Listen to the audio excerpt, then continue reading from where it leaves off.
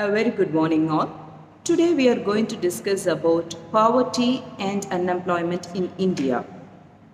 Poverty and unemployment are the two most serious problems which the country has been suffering from the very beginning of 20th century. The twins problem of poverty and unemployment have aggravated since the middle of the 20th century. Due to increase in population at the higher rate and growing inequalities are the few reasons behind the poverty. Before discussing about the poverty issues, let's explore few concepts of the poverty. The first concept is poverty line. The poverty line is the one, it's considered as a cutoff point on the line of a distribution, which usually divides the population of the country as poor and non-poor. Accordingly, people having income below the poverty line are called poor, and people with income above the poverty line are called non-poor. The next concept is absolute and relative poverty. Absolute poverty is a concept which we are discussing. It's measured the predetermined level of living which families or households should be able to afford. And then relative poverty is considered as the overall distribution of income and the relative position of the households within the distribution pattern. Here, in this concept of the relative poverty, the relative position of one section of the people is compared with another group. The concept of relative poverty can also be extended to other countries to get a comparative estimate of a poverty in a relative manner. Let's discuss about the incidence of poverty in India. First one, the estimates of Minhas.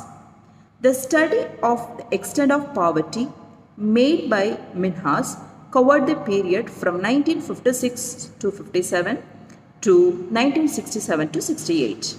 Taking the annual per capita minimum expenditure rupees 240 as a minimum standard, he found the proportion of the people below the poverty line declined from 64% to 50.6% in the year 1967 to 68.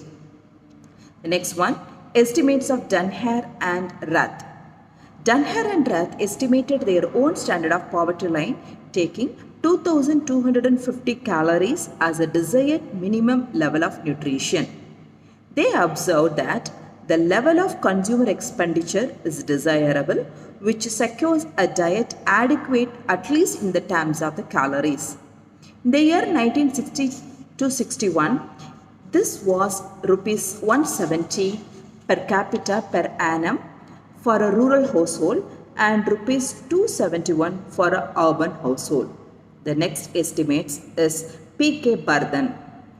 Bardhan advocated a lower standard of estimating the poverty line and thus considered rupees 15 per capita per month in the year 1960 to 61 prices for the rural poverty line and rupees 18 for the urban line. On the basis of NSSO data on consumption expenditure, Bardhan study revealed that in 1968 to 69, about 55% of the rural population and 41% of the urban population were living in the below poverty line. The last estimates is estimates of M.S. Ahluwalia.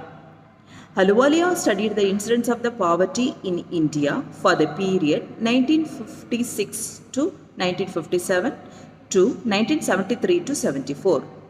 Taking the same concept of the poverty line rupees 15 per month at 1960 to 61 prices for the rural areas and rupees 20 per head per month for the urban areas. He estimated 54.1% of the rural population in 1956 was lying below the poverty line. The extent of the poverty declined to 38.9% in 1960 to 61 and then again rose to 56.5% in the year 1966 to 67. Let's now watch the glimpses of the poverty exposed in India.